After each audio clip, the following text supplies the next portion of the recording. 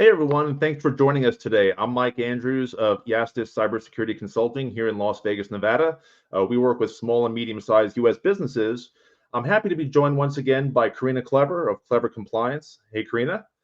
And we're fortunate to have with us today guest Lester Chng of Rogers Cybersecure Catalyst, who's an expert ghostwriter for cyber CEOs on LinkedIn, and also an expert at planning cyber exercises. Hey Lester, and thanks for joining us. So before I pass it over to them, just want to say a word briefly about the GRC room, which you may have seen on the banner for this event, and as well as a couple other posts recently. So that's just the new name for the content series for Karina and I, because this is our 5th webinar now. It's been a fantastic experience. We've heard really good feedback from people. So we're just going to do some more of it, going to be doing some YouTube and some short form content. We'll just see where it goes, and we'll do it for as long as it's fun. So without further ado, I'd like to pass it off to Karina. So if you could please just tell the audience briefly about you and your company.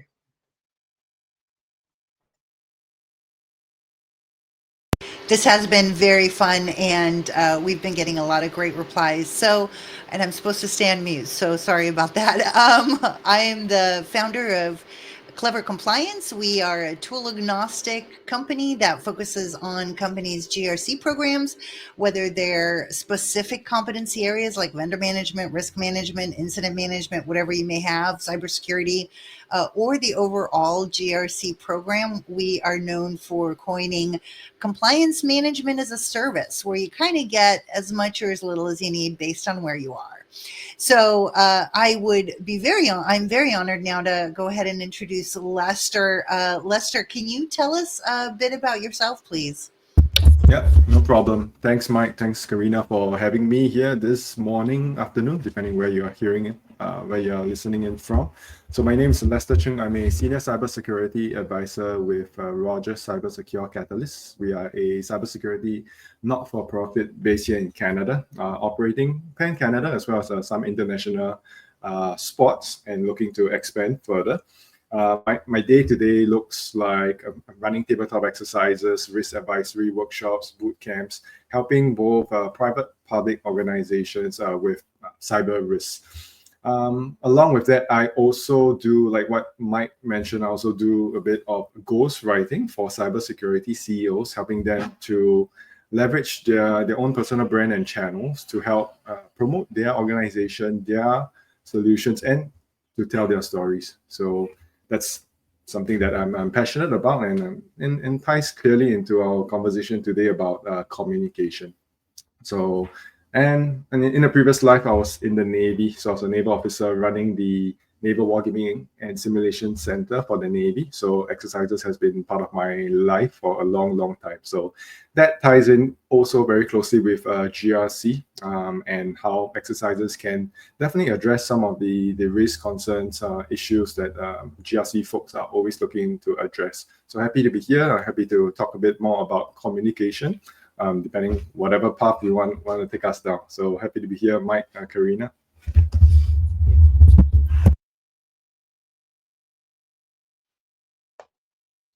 Sorry about that. Took me a second to unpause. Great to have you here, Lester. As someone that also has a military background, I've done a ton of exercises, and it's such a good way to improve.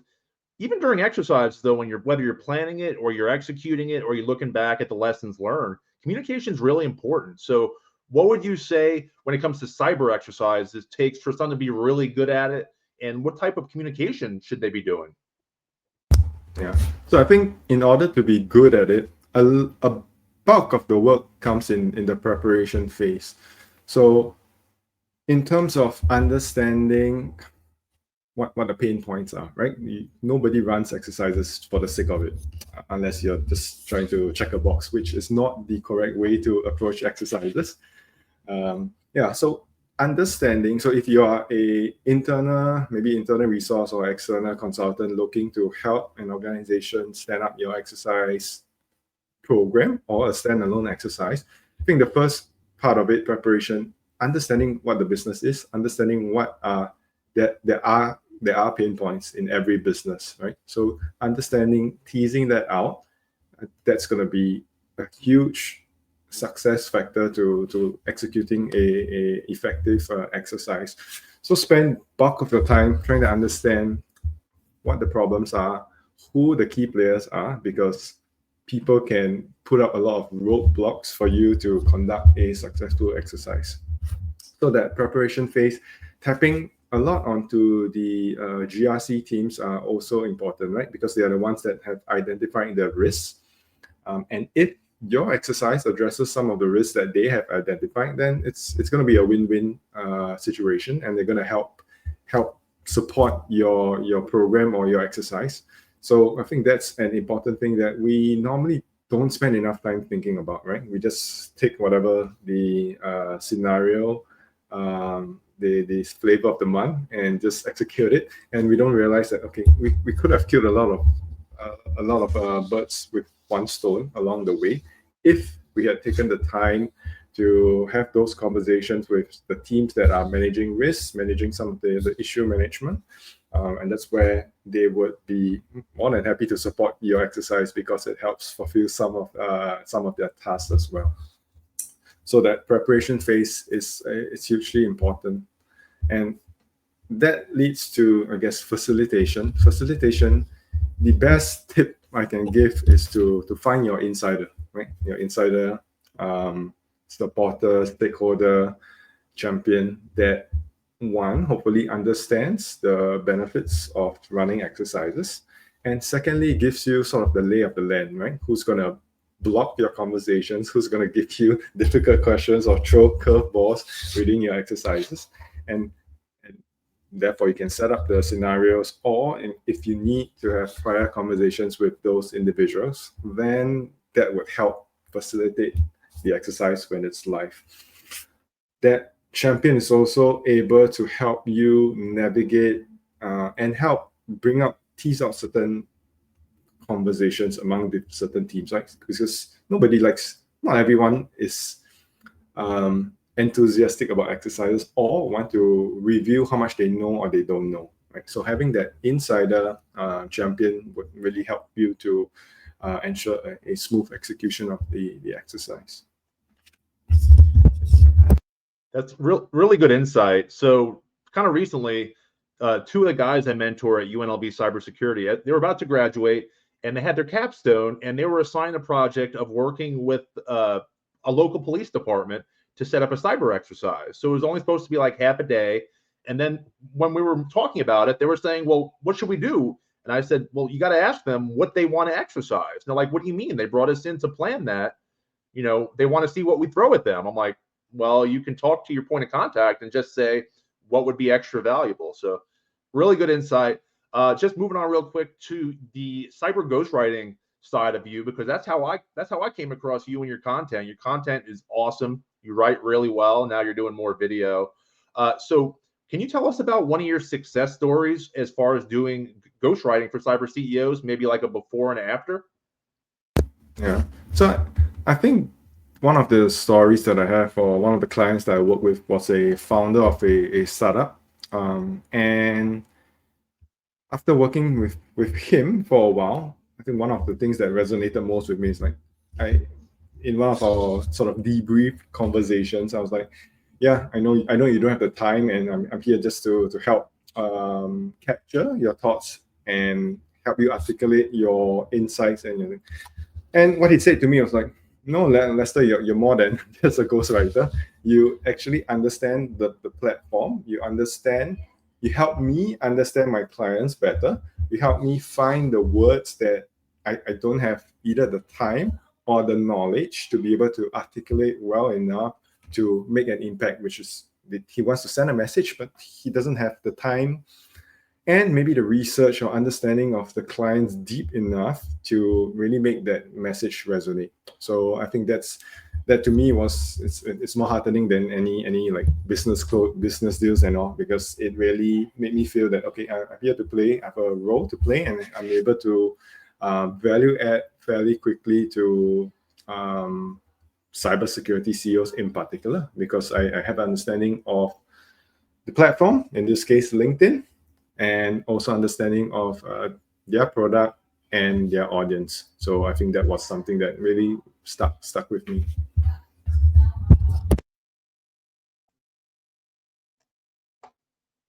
Sorry, having a problem with that mute button once again. No, really good info. And as someone that, is a cyber CEO, I say your content is on point and it does a good job at communicating with people like me, people like them.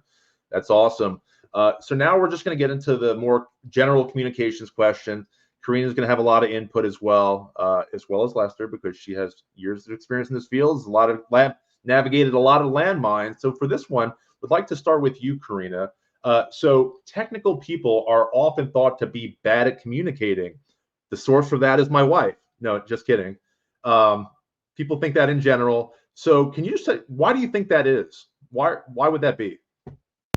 So I think we kind of operate in a different wave string sometimes, right? So you have some of the consultants who are used to kind of ethereal, confusing words. You have some technicians who are incredibly specific and tactical with the language that they use. And a lot of times, some people are open for kind of opening up the door for whatever comes out and are very specific about what it is they're actually asking for. And so, a lot of times when I've coached technical staff to be in front of an auditor, as an example, it's incredibly insightful to understand that, number one, a lot of people don't like dead air. And so they start rattling and just saying random things to auditors completely unprompted. I mean, auditors will just get quiet and all of a sudden here comes this novel out of this person's mouth, right? They also volunteer other people's kind of accomplishments to kind of build a bonding, gossipy kind of scenario to try to compensate and get people to like them. And so when you're doing coaching for audit readiness and being interviewed as part of an audit,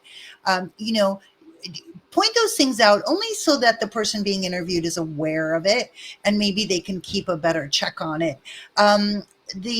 Some of the other, I think this is kind of where requirements came from, right? So the line of business says just put a field on the screen, right? The technician hears this and they're like, well, wait, is there validation, right? What other fields does it talk to? It's a very technical sort of ingestion of requirements. And so this is, I think, where we have that critical conduit in the middle with project and program management, is where we can actually specify the requirements and force the line of business to actually think about what they need. And it just makes for a better deployment, whatever it is you're deploying. And we're seeing that now with AI, of course, right? So, the ethereal words, guys, they're going to kill us, right? Because frequently to me, I say this one all the time, frequently to me is once a month, frequently to you is once a quarter. The auditor comes in and they're like, well, frequently to me is once a week. You've already failed.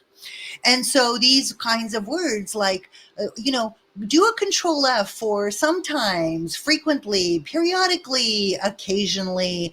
These are words that, right, if you think about using ethereal words for describing something technical, you're never going to be able to automate a control, for instance, if you're gathering evidence from a workflow perspective. And I'm going to say one more thing just to kind of, and then I promise I'll share the stage here.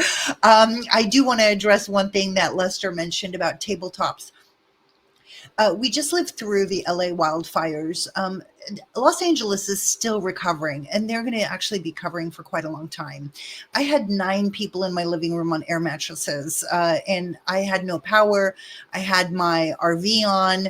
We were trying to store food in the refrigerator because it was the only thing that had power. So for a small scale like me, just in a residential home, was a pretty dramatic experience. Our clients, please don't use words like periodically when you're doing disaster recovery kind of scripts, because this people in a human in a panicky situation is not going to take the time to pretend to know if periodically means 5 days or periodically means 5 hours or 5 minutes, right? And so for those DR kind of the planning of the DR, just make it really specific, because people are thinking about their houses being burned down. If there's an earthquake, I mean, look at how many tornadoes just went through the country. Just just be really specific on how people can succeed. So that's what you're providing those instructions for. You're providing people information on how to succeed in a panicky situation, just trying to keep it together without letting their imagination take over.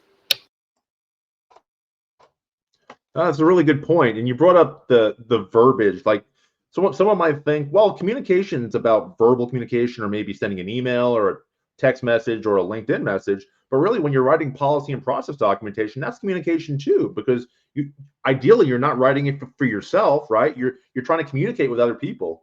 So good point on that. Lester, what do you think about this one?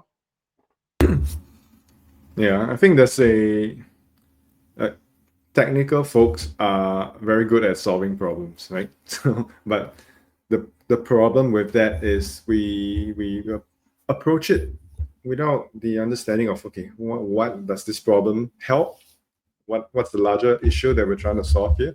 And therefore they get sort of put in this box that they just want to solve the problem at this point, and they forget about that. So I think having a better understanding of your communications, your relations, how your part of whatever problem that you're working on fits into the larger issue, I think that's going to be important, not only for you to understand how it impacts, but for you to communicate, okay, how much time do you need? Why do you need so much time? What is it going to solve? Why can't you not just ignore this problem or save it for another day? And I think that's really the way to help technical folks explain it to non-technical folks. Like, don't get lost in the problem too much. Try and understand other people's problems as well, and then you see we're all on the same side here, so we're trying not get into each other's way. Oh, that's a good point. So what can we do to get better at this? Like, what type of things should we do day to day at our job, maybe on our own personal time? What can we do to improve in this area? Yeah, I think similar to what I brought up, understand the business, right? I think that's a very important part. And I think a large part of GRC's, I don't know, I may be wrong saying this, mandate is to try to match the technical and non-technical communications to understand, okay, what's the business risk, how does that translate into the technical or IT risk, and both sides need to understand, and both sides needs to learn about the language, the jargon, concepts, and using examples to explain that. But I think one thing not to do is don't dumb down the language too much, right? People get offended when you try to explain cybersecurity concepts in a way that is oversimplified, and you just turn off your audience, and there's not going to be any communication thereafter. So just be careful with, and I think we have seen it, especially some of the security leaders trying to explain that to maybe the board or some of the executive teams, and they'll be like, I understand. I've been living in the digital world myself. You don't have to dumb it down too much to the point where you're sort of insulting me on certain concepts. So I think that's a fine line to tread as you explain, especially new technology, AI and all. Yeah, it's going to be tricky once you pass that point of no return. No one's going to listen to you thereafter. That's a good point. We definitely don't want to dumb it down. Like, if, say, we're working with a point of contact at a client and you're about to go in with them and brief the CEO and the board, you could say, maybe, do they have much technical experience? And if they say, no, not at all, then maybe just simplify it a little more. So, Karina, what's something that you've done in this area to do well? So, it's going to sound kind of silly, but code words are really, really important, right? So one code word or just two code words. And so here's the scenario. You're a publicly traded company and you've got a material breach happening and you've got to get past legal in less than 45 days. You've got to get through finance in less than 30 days, right? You've got 4 days to go ahead and file that material breach. So when you have a subject line that only inside your team knows, drop everything because we've got a tight timeline here, right? And if it has to traverse across those departments, then you're kind of making an agreement with all those other teams that you're going to move that through quickly. Why is this becoming really important? Check out the booths of whistleblowers, folks, because the guy sitting in the SOC, the guy sitting in the NOC knows full well that their legal isn't going to turn this over in 4 days. And their HR and their vendor and their finance department, all the people involved in that workflow are not going to react quickly enough. So they pick up the phone and they say, hello, SEC, we've just had a breach. They're protected by whistleblower laws. And so the SEC is going to come and see you anyway, right? So create that code word for your internal workflows, and then how specific or how generic you want to get past that point, totally up to your audience, right? And you designing the letter. So you're going to think about communications inside your company. Some people need to know everything. Some people need to know as little as possible to not cause a panic. You need external communication templates for your vendors, for potentially the SEC, potentially HHS, whatever industry you're in. So kind of create that continuity and create that workflow for it to work with you. So my team, for instance, knows my code word. And if I get a request, or if they get a request that says, hey, it's Karina, you know what? We're doing a group team building event. Can you go get some gift cards for us? I'll pay you back later. They can say, what's the code word? And if I don't come back with the code word, they know it's not me, right? So just create some simple, super simple mechanisms that at least can validate the fact that you are communicating to the right people with the right messaging. That's an interesting idea, and I've seen some people even talk about doing that with their family, right? Like, because sometimes a hacker will take over your Facebook account and message your spouse or your grandmother and say, "Oh, Karina's in jail." Maybe you are, maybe you're not. But exactly. Send the gift card. Send the gift card now, and this would work well for that situation. But moving on to another related topic. So in this area, you could be like a technical wizard, but if other people don't support what you're doing, they're not going to go along with it. So say we have to go to a team of developers or maybe HR and get them to meet with us and collaborate with us and follow agreed upon processes and procedures. Lester, what can we do to make that collaborative process go well? I think we gotta understand a bit of psychology here.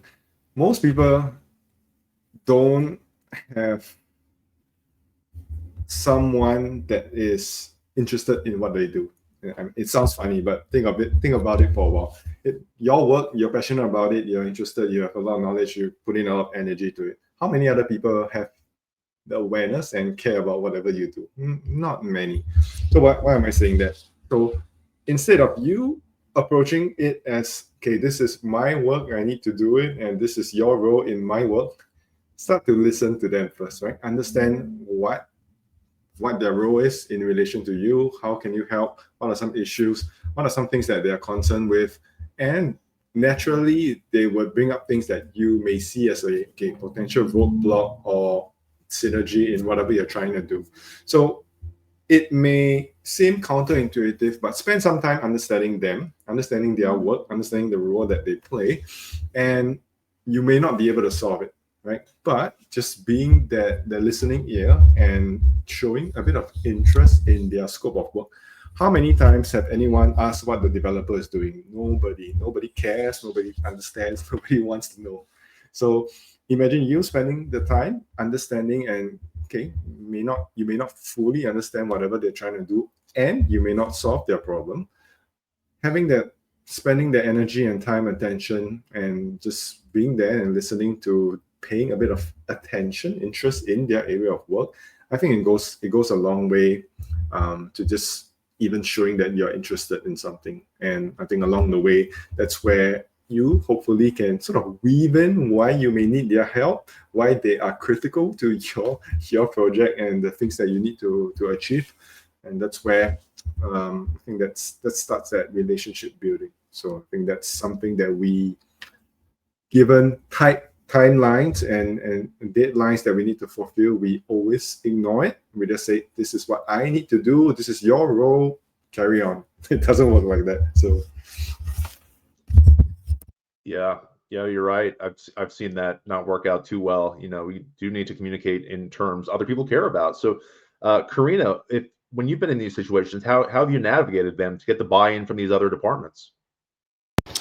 So I think it kind of depends on how much of a risk conversation they can have and where they place risk, right? It's important to understand that decisions have risk consequences. I think that what's important is to really measure risk based on your published controls and the failure of those controls.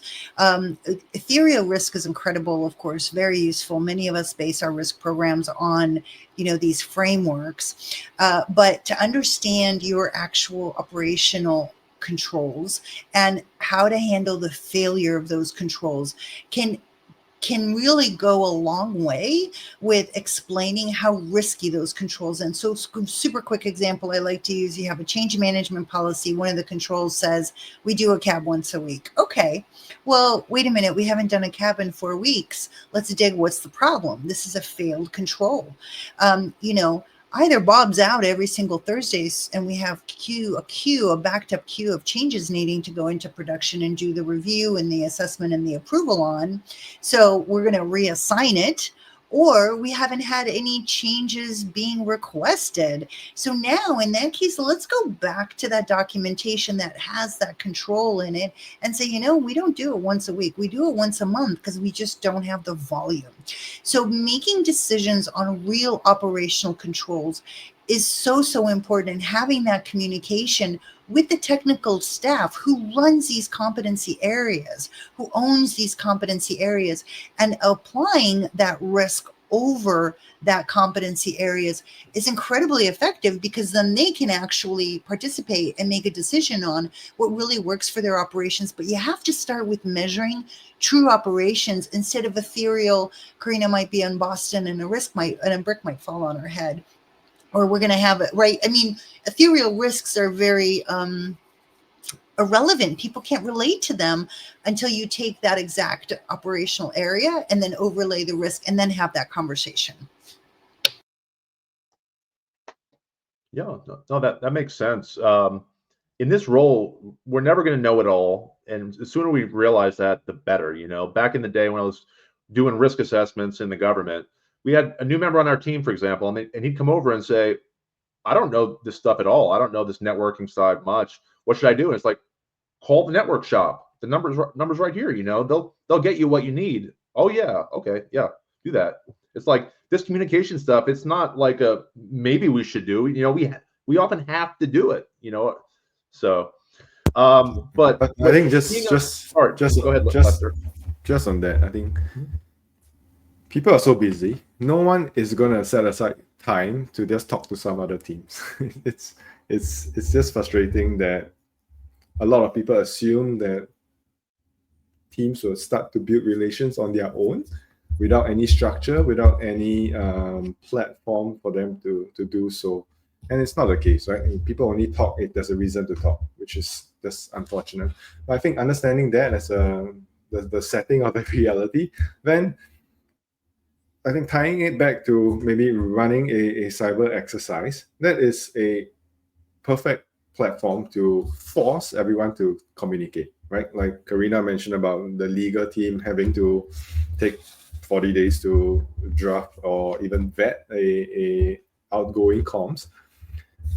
They're gonna bring them into the exercise. They're gonna realize they're like, no, you have 4 hours. Carry on with that. You're gonna have to spin it up. If you need to call your external counsel to get on the phone within half an hour to vet that, then that's something has to change. Their process has to change. The risk has to be made aware that they do now share that risk, or the risk is transferred to that department to own.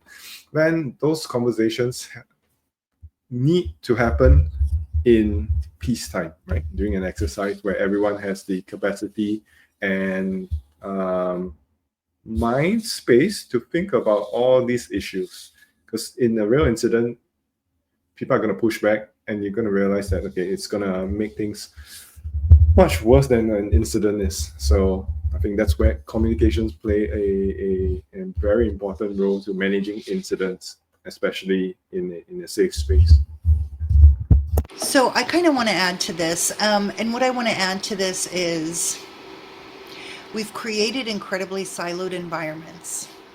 And governance is literally the overall operations watcher for all of the competencies.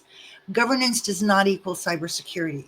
Governance does not equal IT, right?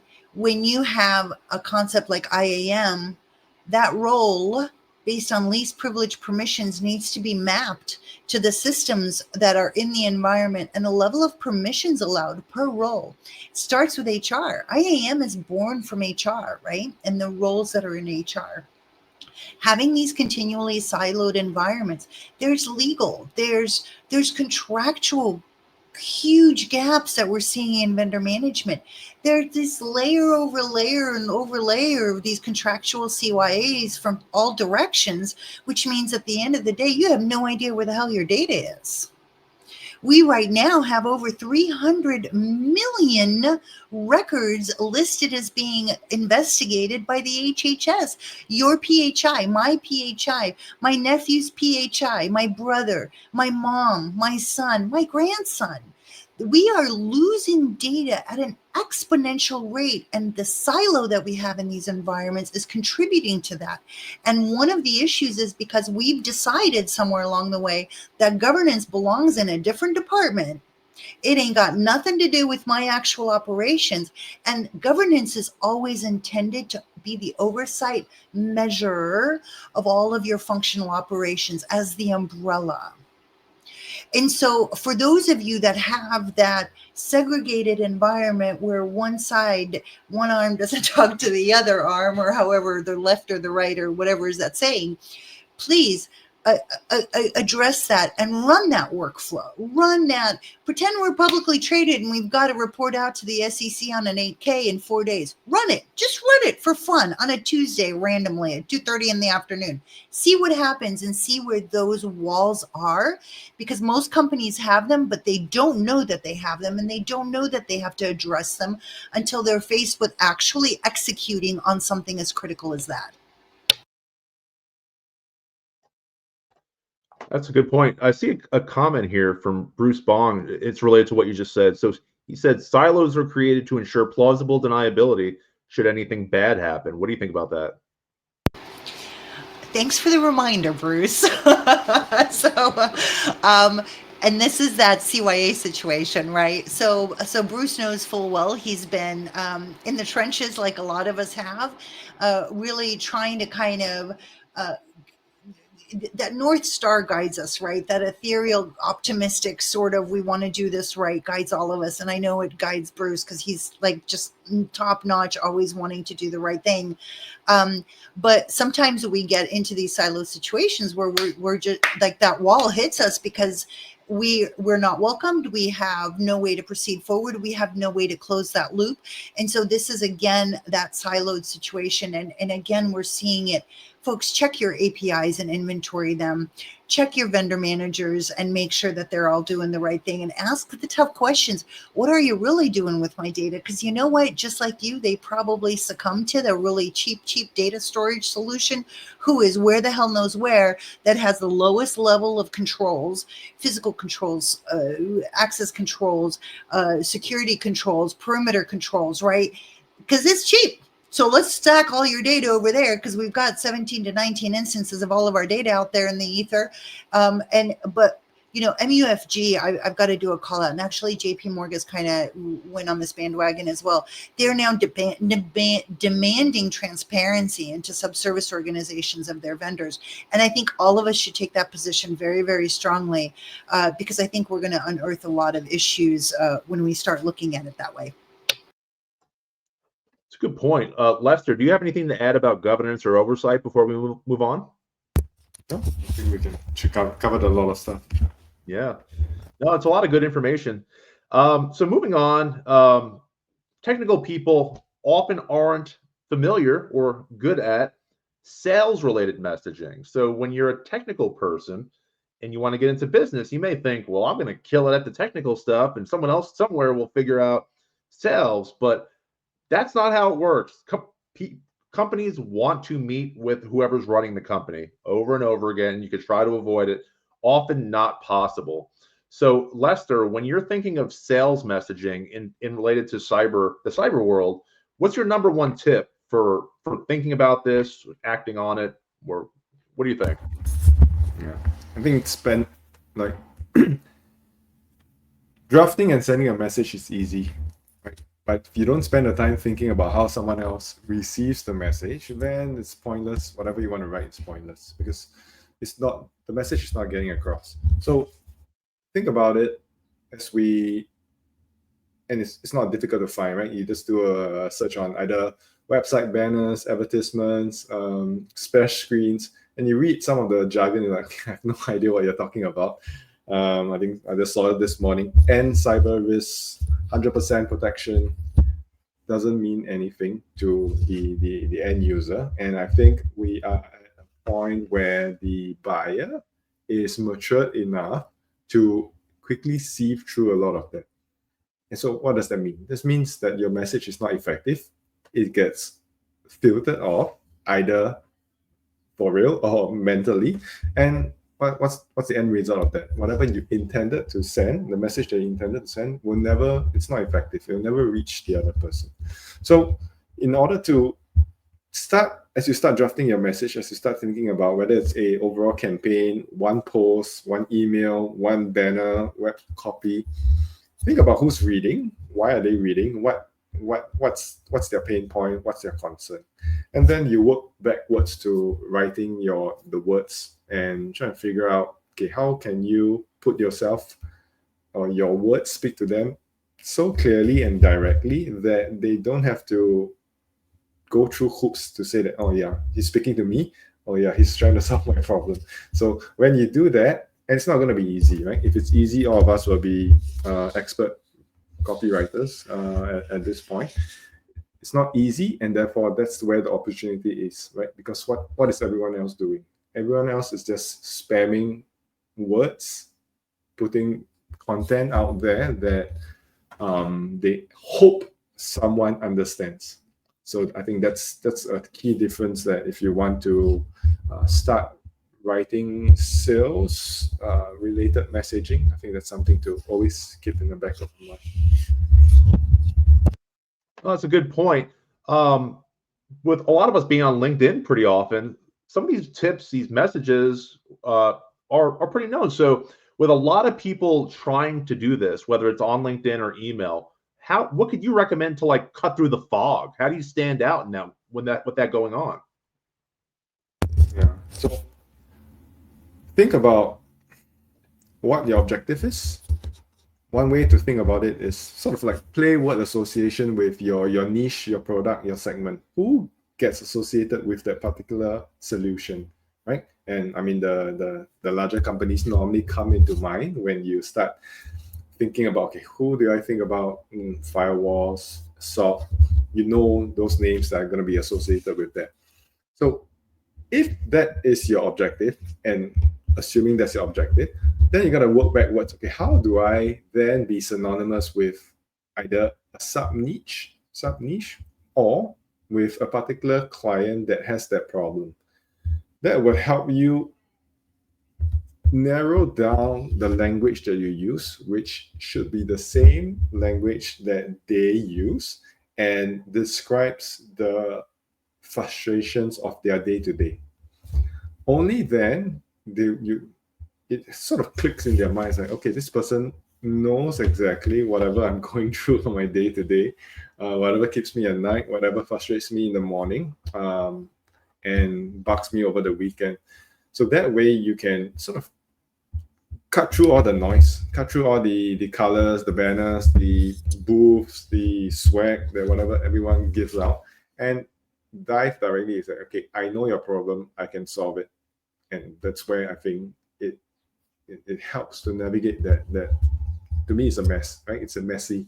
I can imagine for the security leaders out there, I'm sure it's a daily bombardment of either emails, phone calls, never-ending emails and campaigns targeted towards them. But is it really targeting them specifically? No, it's just spam, I mean, to me.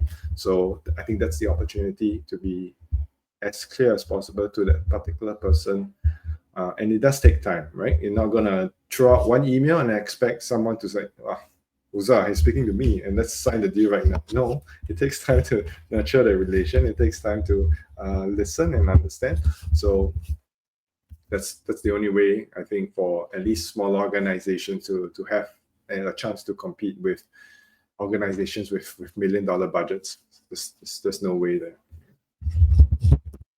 That's a really good point. Like in this field, a lot of times the sales cycle is a little longer. So that was kind of hard for me to learn when I was newer in the field. And I was like going to these events and I was like, I know this company, they need this type of help, but they don't care. And then a year later, we just got to know each other, built trust, and we started working together. So Karina, when you think about sales related messaging in this field, what's your number one tip?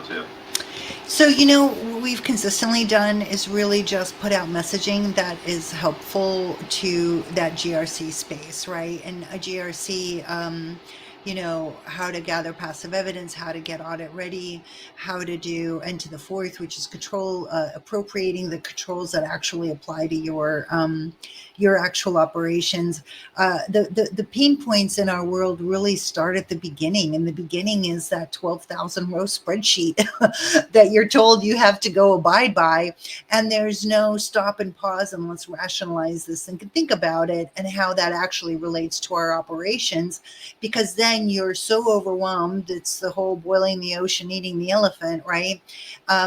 If you can kind of compartmentalize it and approach that beginning design and architecture of your GRC program the right way, the rest of it actually flows pretty well. So we have a lot of communication that targets that the C-level who's trying to implement a program, and also, of course, for the CISO who grew up in the technical path. And, many CISOs that I know are this way, where now they finally worked really, really hard their whole career. They know everything about technology, and they land that CISO role and they're told, well, now you got to do compliance too. And they're like, what? I didn't sign up for this. And so that CISO who needs that not another extension of their technical capabilities, but somebody to absorb that GRC and that compliance requirement. That's kind of where we try to focus in making sure that we're known as somebody who can supplement those incredible people at those kind of high positions, responsible for so many headaches. We make it easy to let people hand off to us the compliance piece.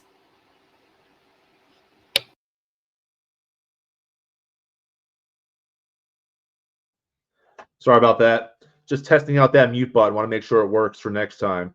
But I think you do a really good job at that, following your content and talking to you a lot. So just to zoom in on the LinkedIn aspect more specifically. So Lester, say there's a cyber CEO and they either don't use LinkedIn much or maybe at all, and they know they want to start using it, and they come to you.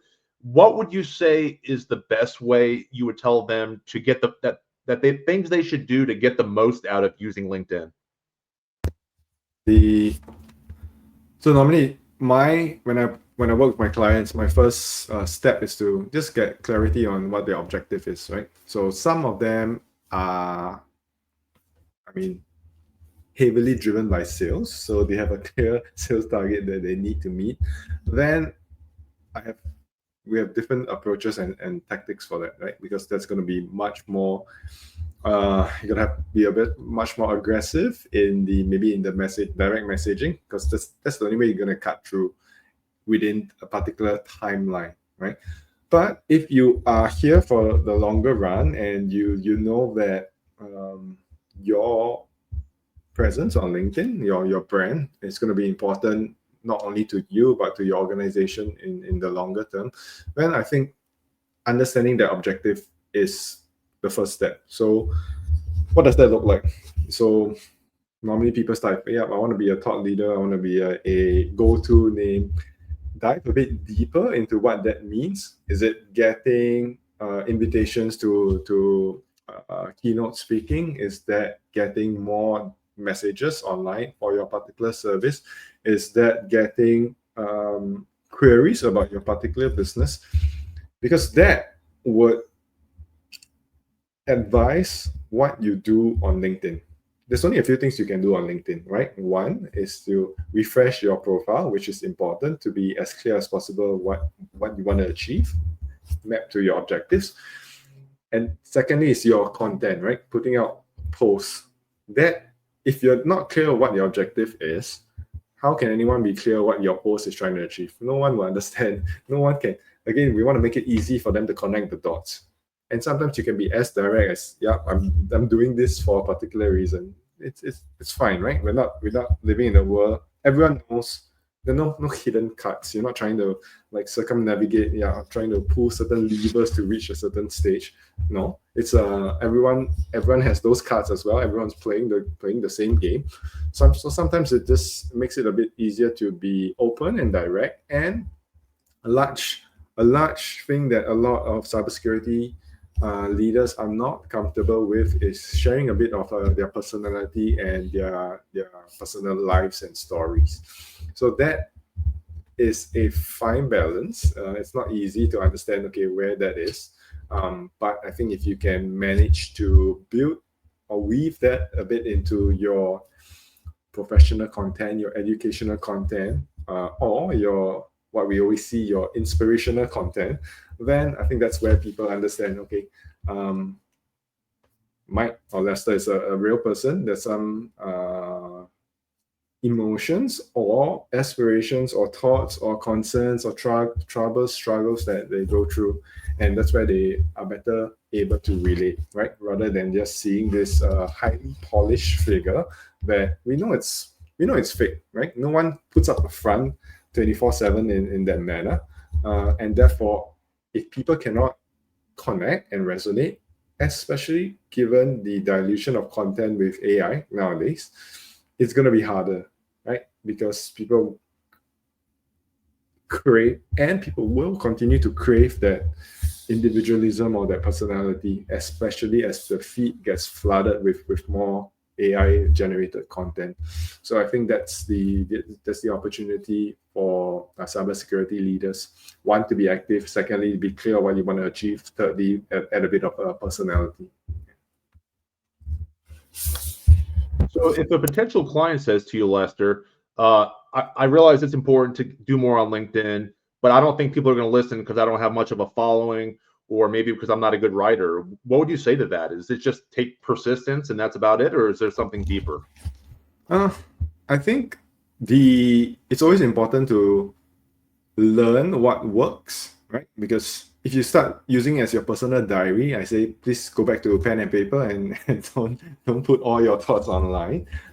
So at least for me, what I did was I took the time to study what worked on the platform, right? So whether it is mimicking others, copying others, which is called copywriting for a reason, or to the point of even getting coaching, right? So I had to take time to learn from others, to understand, okay, what is LinkedIn, what is social media, and not all of us are comfortable with being open or writing about our thoughts, which we have held up within ourselves for the longest time. Now we are sharing it. Obviously, there will be some concerns that, okay, what if someone thinks otherwise to that? So I think that's learning from others, identifying the fastest way is identify who you like or want to resonate or want to copy from, and then just sort of break that down. Okay, try to understand what is going through their post. What are they trying to say? Why are they saying this? What is it leading to? How are they saying it? And that way you sort of work backwards. Okay, if that's something you like, then it makes it easier for you to start, right? Because it's extremely difficult to start from a blank page, right? I mean, even now, I've been writing for 3.5 years now. Every time I go to a blank page, I'm like, oh, gosh, this is so painful. What am I going to start writing? And therefore, understanding all these barriers, putting in whether it's tools, whether it's references that you can leverage on to help you get past those barriers. So for me, I know that idea generation is a problem. So what I do, maybe I take time to mind map over the topics that I want to talk about. So one, I don't run out of topics. Two, I don't talk about everything and everything. So that if that's the problem, idea generation, then put in some steps to help overcome that. If the problem is writing, then it comes with practice, but also study, okay, what works? Is it, if I have 10 key messages in one post, I ask myself, when I read another post like that, am I gonna read it? No, I'm not gonna read it. I'm not tired, or I'm not even concerned. So playing around, understanding how you consume, it becomes natural. Like, if you're not gonna read it, why would anyone else read it? So I think those identifying those roadblocks, then putting in sort of your mitigation towards those roadblocks would help you sustain out. This help me continuously write over the, I don't know, thousand over days now. Yeah, so it's just those small steps. A lot of good insight there. So, Karina, what would you advise a cyber CEO looking to do more on LinkedIn? And to go with that, have you ever seen a company like ours lose a deal because they had a lack of a LinkedIn presence, whether it's the company page or the CEO? So I'm at a bit of an impasse because I'm very, very, very protective of my privacy. I believe that everyone's social security numbers should be locked down, including our children. I have a bunch of hacker friends who tell me ethical hacker friends who tell me stories about virgin social security numbers, racking up debt. And then when the kid goes to college, apply for the college loan, they've got a snowmobile and two snowmobiles. It's in a trailer and a shed out in Wisconsin that they're now delinquent on. And now, college is delayed by several years. I think our digital footprint is so massive. I mean, we just had articles come out about how when a woman on Facebook used self-defeating words and removed selfie pictures, they were instantly targeted ads for beauty products, and showed a 700% greater sale of beauty products when a woman talks badly to herself and feels insecure somehow. And my encouragement is always never ever put pictures of kids online, videos, voices. You're creating a digital signature for them they have not opted into. Let them do that when they're 18 years old and they're full adults, right? They can make the decision of how much or how little they want to be online. I always tell people to use cash. One transaction creates 5 to 6 different streams of data for people to tag onto from an advertising data broker perspective. Your bank shares data. I mean, so Klever Compliance's digital presence is really only on Klever Compliance. I've been told this is a horrible mistake, that I need to be on this platform and that platform and this platform and that platform. I've also been told I need to advertise client names, which I'm under NDA. I will not do for a very specific purpose because it's nobody's business. And I have a problem with,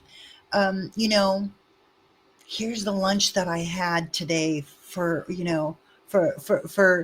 from so-and-so store. What do you guys think? Right? Here's a picture. Yeah, think it needs more cranberries or less walnuts? I mean, it's like, I really don't care whether or not people think this about my salad or not. So I think that for me, it's incredibly specific to do targeted and also politics and religion, folks. I'm sorry. We're all brainwashed by whatever channel we tune into.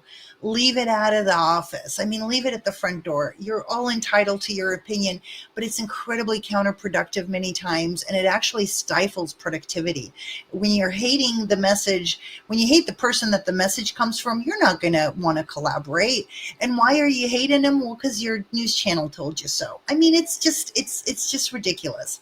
So I think that we should really, and now I'm not saying be stuffy and professional and the end, of course, show some personality, but I think that there's a balance to be held between relinquishing too much and really not providing enough insight into what your company actually does or who you are, as a matter of fact.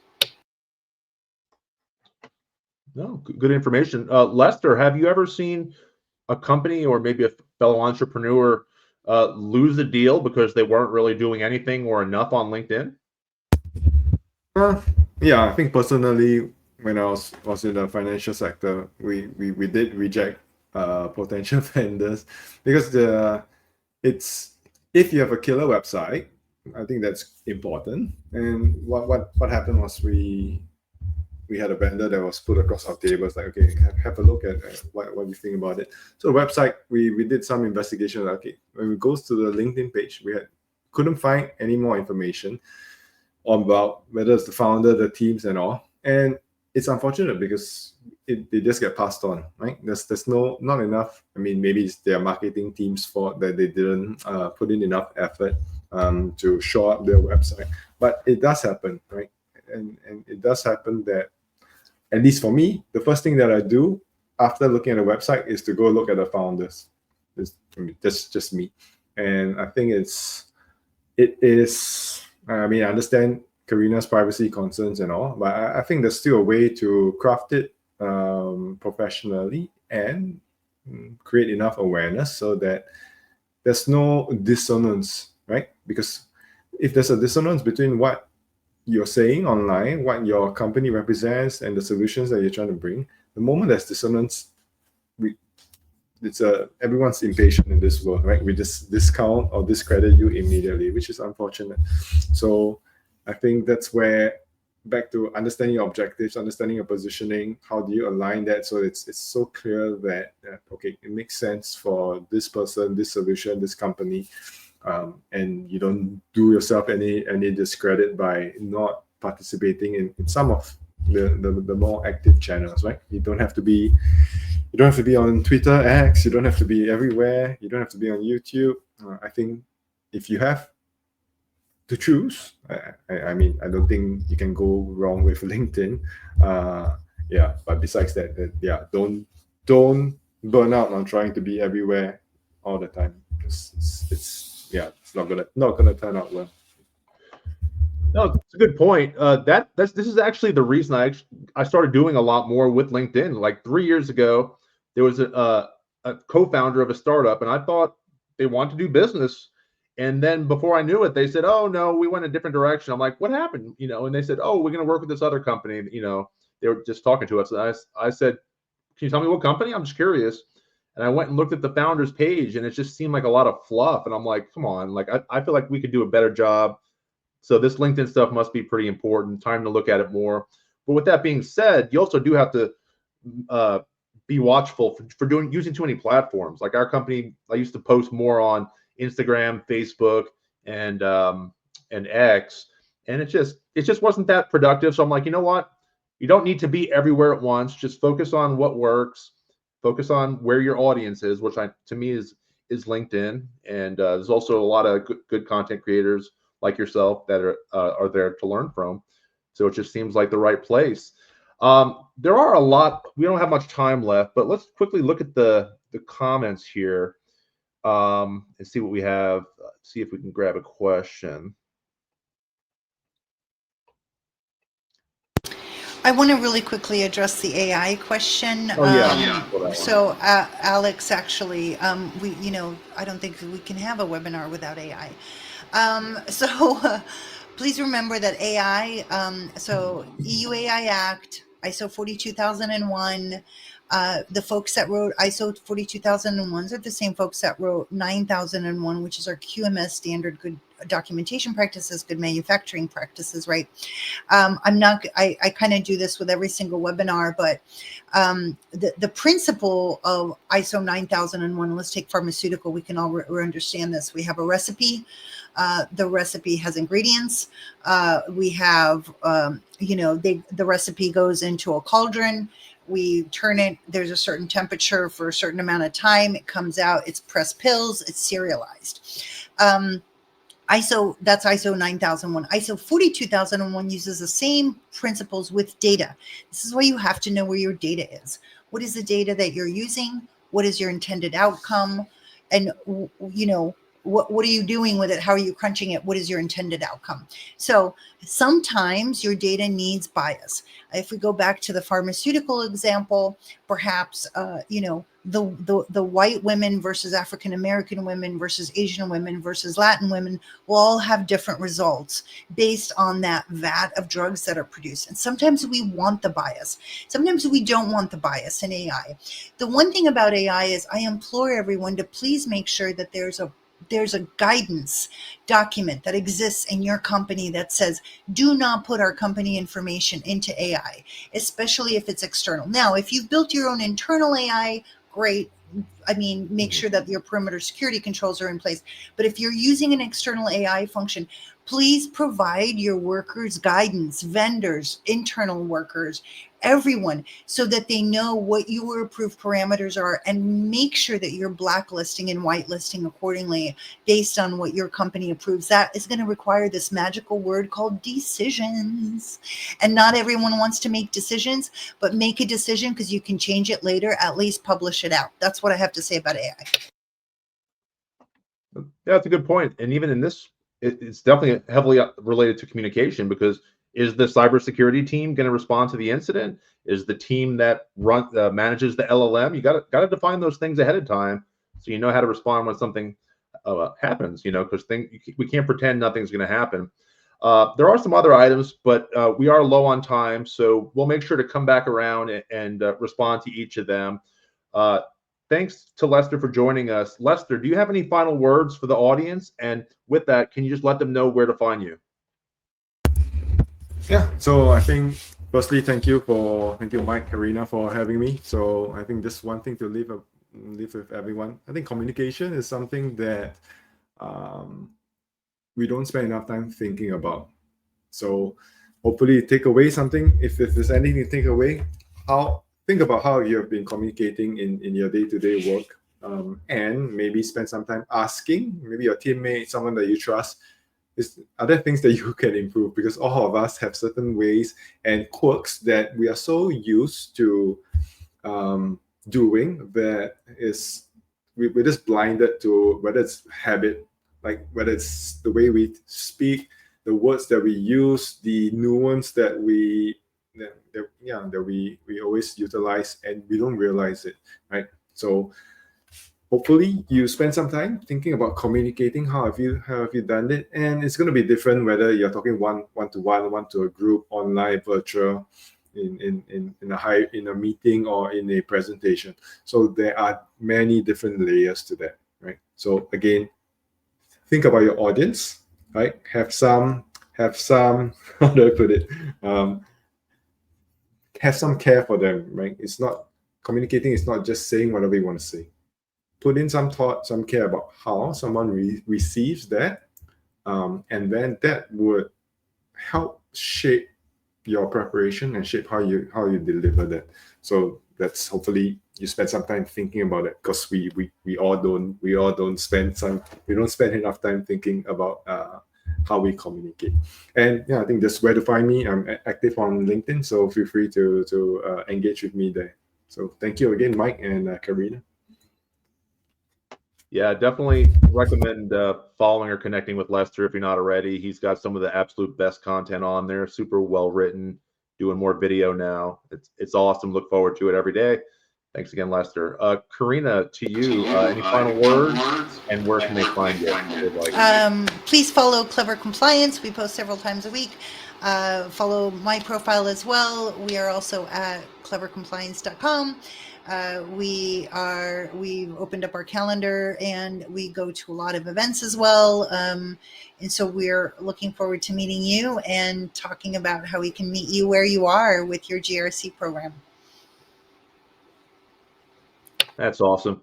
And you can find me at my name, Mike Andrews. That's spelled odd, Andrewes. I don't know why they did that, but they did. And our company is Yastis, Yastis, also on LinkedIn, or you can go to yastis.com to find us. Thank you all so much for taking some time out of your day on this Wednesday.